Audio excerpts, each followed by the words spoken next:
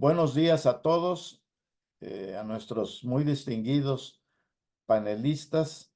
Buenos días a quienes nos siguen a través del Zoom en este foro organizado por Save Democracy. Muchas gracias a Marcela Jiménez por la iniciativa y las invitaciones que nos hizo favor de hacer, y a nuestros panelistas su presencia aquí y sus respectivas intervenciones, y a todos los que nos hacen favor de seguirnos en este foro, que le hemos puesto de nombre, remembrando a Alexis de Tocqueville, Tiranía de la Mayoría, una reforma al Poder Judicial en México que atenta contra la división de poderes. Como es sabido, la reforma ya está en pleno procedimiento legislativo, ya fue aprobada en lo general y quedaron reservas en la Comisión de Puntos Constitucionales de la Cámara de Diputados del Congreso de la Unión de acá de México, y pues apenas inicien las sesiones ordinarias, que eso deberá ser a partir del lunes 2 de septiembre. El domingo sería la instalación del Congreso en sesión conjunta de ambas cámaras, y a partir del lunes seguramente se empezará a abordar la presentación del dictamen por la Comisión de Puntos Constitucionales. Así que ya hay avances en la aprobación. El dictamen de puntos constitucionales le introdujo varias modificaciones importantes a la iniciativa originalmente presentada por el presidente de la República el 5 de febrero del presente año, justamente el día que celebramos en México el aniversario de la Constitución de 1917. Nos hacen favor de honrarnos con su presencia y van a participar en el foro. Los iré presentando conforme vayan haciendo uso de la palabra ellos. Edgardo Buscaglia, voy a ir dando sus datos sobre la marcha. La doctora Delia Ferreiro Rubio, que nos acompañan. Entiendo, Edgardo, que estás en Buenos Aires. Estoy en Argentina, sí. Y también la doctora, que nos hacen favor de acompañarnos desde Buenos Aires, Argentina. Y por México están nuestros muy estimados y admirados amigos José Fernando Ogesto Martínez Porcayo y José de Jesús Orozco Enrique. Bienvenido a los cuatro por acompañarnos en este foro. Hay que advertir que la reforma, como dije hace un momento, a partir de la iniciativa presidencial, ya fue objeto de análisis en la Comisión de Puntos Constitucionales y fue objeto de varias modificaciones, todo con una gran premura para sacarlo, según dijo el actual dirigente de Morena, para hacerle un regalo al presidente López Obrador antes de que concluya su gestión el 30 de septiembre. Entonces eso le aceleró los trabajos legislativos, y la verdad es que a los que hemos estado siguiendo las distintas versiones del dictamen, pues en algunos casos francamente me perdí para saber cuál era la modificación introducida por la comisión a la iniciativa original. De tal manera que sobre la marcha aquí nos iremos aclarando, quizá, por lo menos para mí, algunos puntos que no queda claro qué es lo que le modificaron. Quisiera introducir esta charla haciendo un brevísimo resumen de los contenidos principales de la reforma judicial. Obviamente tiene muchísimas más cosas, pero estos son, creo, los temas más importantes. En primer lugar, la reforma al Estatuto Jurídico de la Magistratura y de la Judicatura constitucionales. Particularmente en el caso de la Suprema Corte de Justicia de la Nación, se modifican cuestiones de duración de los ministros, número de ministros que integran la Corte y algunos otros aspectos vinculados a los elementos que constituyen la judicatura. En segundo lugar, lo que ha sido más deliberado y más discutido es la elección popular de los integrantes del Poder Judicial, ministros de la propia Corte, magistrados de circuito y jueces de distrito. Entiendo que una de las modificaciones que introdujo la Comisión de Puntos Constitucionales es darle una cierta gradualidad a la elección para que se haga en dos momentos. Una primera elección en el 2025 y otra ya en el momento que haya elecciones ordinarias a Congreso General en 2027. Una tercera reforma muy importante es al Consejo de la Judicatura, que hoy en día tiene a su cargo la administración del Poder Judicial y la disciplina judicial. Ahora empiezan por separar a dos nuevos órganos que crearían a partir del Consejo de la Judicatura, un nuevo órgano de administración judicial y un tribunal de disciplina judicial, separados uno de otro y separados de la Suprema Corte de Justicia, habida cuenta de que en el actual Consejo de la Judicatura, el presidente del Consejo es a la vez el presidente de la Suprema Corte de Justicia de la Nación. Ahora ya no será el presidente de la Corte, al aprobarse la reforma, el que encabece estos dos nuevos órganos de administración judicial y de tribunal de disciplina judicial. Otro aspecto que se abordó, entiendo que esto se agregó en el dictamen de la Comisión de Puntos Constitucionales, se prohíbe a los órganos del Poder Judicial dictar suspensiones generales en acciones de inconstitucionalidad hasta que se resuelvan en el fondo.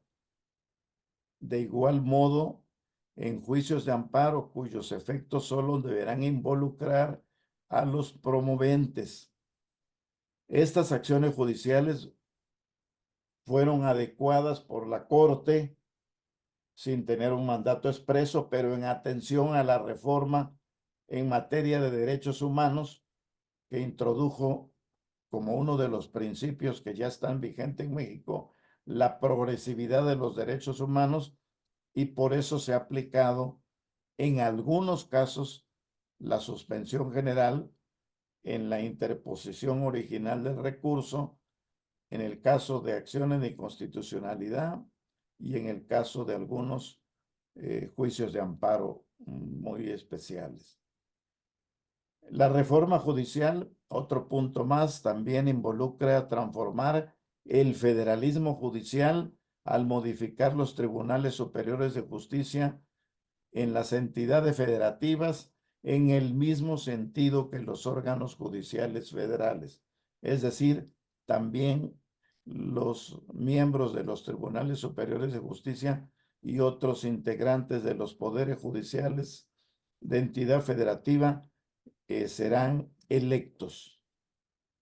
Hay otras muchas modificaciones, decía yo ya, sobre el número de integrantes de los órganos del Poder Judicial, la duración de su desempeño, el monto de las remuneraciones que nunca deberá ser mayor al del presidente de la República, los requisitos para aspirar al cargo, en el entendido de que los aspirantes serán evaluados y propuestos por los poderes de la Unión. El dictamen agregó crear un comité de evaluación en cada uno de los poderes, en el Ejecutivo, el Legislativo y el Judicial, para recibir solicitudes de aspirantes a ministros de la Corte, a magistrados de los tribunales de distrito y a los jueces de circuito y a los jueces de distrito. Entiendo también que en el dictamen se redujo de que las propuestas para ser electos en el caso de los miembros de la Suprema Corte de Justicia no serán 10 propuestos por el presidente, 10 por las cámaras del Congreso, 5 de diputados y 5 de senadores y 10 por la propia Corte de Justicia de la Nación. Según pude leer ayer, en el régimen transitorio se reducen a 3, no a 10, las propuestas de cada uno de los 3 poderes. Es decir, habría 9 aspirantes por cada posición de ministro de la Corte o ministra, en su caso, que finalmente sean seleccionados y podrán apoyarse, escúchenlo bien nuestros estimados invitados extranjeros, por tómbola. Si es que hay muchos aspirantes y hay que reducir el número, esto se va a hacer por sorteo, según el dictamen. Quisiera yo hacer 2 comentarios sobre el tema de fondo. Esa es la visión genérica de las reformas más trascendentes de la reforma judicial. Y quisiera mencionar que en el desarrollo histórico de la teoría democrática, originalmente se sostuvo que democracia era el gobierno de la mayoría, el gobierno basado en el principio y la regla de la mayoría. Con la evolución del tiempo, con los avances en la propia teoría democrática y también en el constitucionalismo, posteriormente se consideró también que la democracia implicaba, sí, el gobierno de la mayoría, pero con protección a los derechos de las minorías. En el ámbito del derecho constitucional, los llamados padres fundadores en Estados Unidos hicieron ver la importancia de la división de poderes para que los jueces, con independencia de los poderes ejecutivo y legislativo y con gran firmeza, sean, cito a Hamilton en el Federalista 77, fieles guardianes de la Constitución cuando las contravenciones a ella por el legislativo hayan sido alentadas por la opinión de la mayor parte de la comunidad. La defensa de los derechos de la menor minoría, el individuo, quedaron garantizados en el habeas corpus en Estados Unidos y el juicio de amparo en México. Hoy lo son con un sistema de protección de los ahora denominados derechos humanos que ya incluye la vigencia de una jurisdicción supranacional que obliga a acatar sus resoluciones a los estados nacionales que han suscrito los instrumentos internacionales correspondientes. Ya en su histórico viaje a Estados Unidos en el siglo XIX, el francés Alexis de Tocqueville, en su célebre libro La democracia en América, fue uno de los primeros, John Stuart Mill otro, en advertir una degeneración posible de la democracia, que es la tiranía de la mayoría, la cual, llevada en su ejercicio a extremos posibles, puede anular las voluntades que le son disonantes. Por ello, desde la Constitución estadounidense se plasmó el control de constitucionalidad para defender la Constitución de los excesos de la mayoría legislativa. Ya en el siglo XX, Hans Kelsen contribuyó decididamente a configurar la denominada jurisdicción constitucional.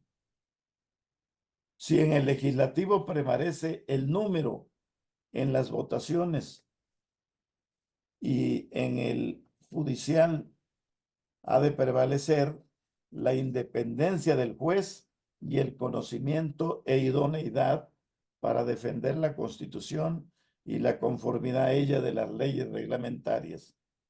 Por ello, vuelvo a citar a Hamilton en el Federalista.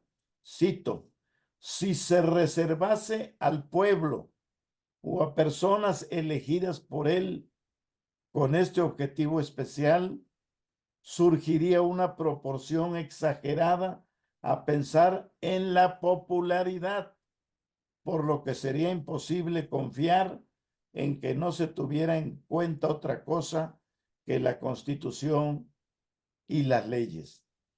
Fin de la cita. Otros muchos elementos comenzaron a integrar la judicatura: reclutamiento de los jueces, forma de designaciones, permanencia, remuneraciones, desarrollo de carrera judicial, régimen de impedimentos e incompatibilidades, entre otros más, que de no diseñarse en forma integral y complementaria, pueden distorsionar la función de impartir justicia. Las modificaciones relativas a separar administración y disciplina judicial me parecen a mí en principio pertinentes, a condición de no establecer una inquisición judicial que afecte la independencia de los jueces. Por último, quisiera correlacionar esta reforma en proceso legislativo con la sobrerepresentación autorizada originalmente por el Instituto Nacional Electoral y el Tribunal Electoral del Poder Judicial de la Federación para integrar las cámaras del Congreso. Ello en virtud de que al darle, por una interpretación excesiva de la Constitución, una sobrerepresentación al partido oficial, al partido en el gobierno, en el ejecutivo, resulta ser que rebasa las 2/3 partes de los legisladores en la Cámara de Diputados, y hoy, por además, el transfugismo ya empezó en la Cámara de Senadores, le hacían falta 3 senadores para alcanzar también las 2/3 partes. Ya lograron que se reacomodaran 2 senadores del PRD que perdió su registro y que por lo tanto se quedaron sin grupo parlamentario, y están a un senador también de tener las 2/3 partes en el Senado. El asunto es que para promover las acciones de inconstitucionalidad desde las minorías de las cámaras se requiere por lo menos la 1/3 parte de los legisladores que promuevan tales acciones de inconstitucionalidad, que esto ya en la Cámara de Diputados está cancelado. De tal manera que, aunque no es parte de la reforma judicial, esta sobrerepresentación del partido Morena y sus aliados, pues evitará que haya el control de constitucionalidad promovido por las minorías en las cámaras del Congreso. Hasta aquí mi introducción.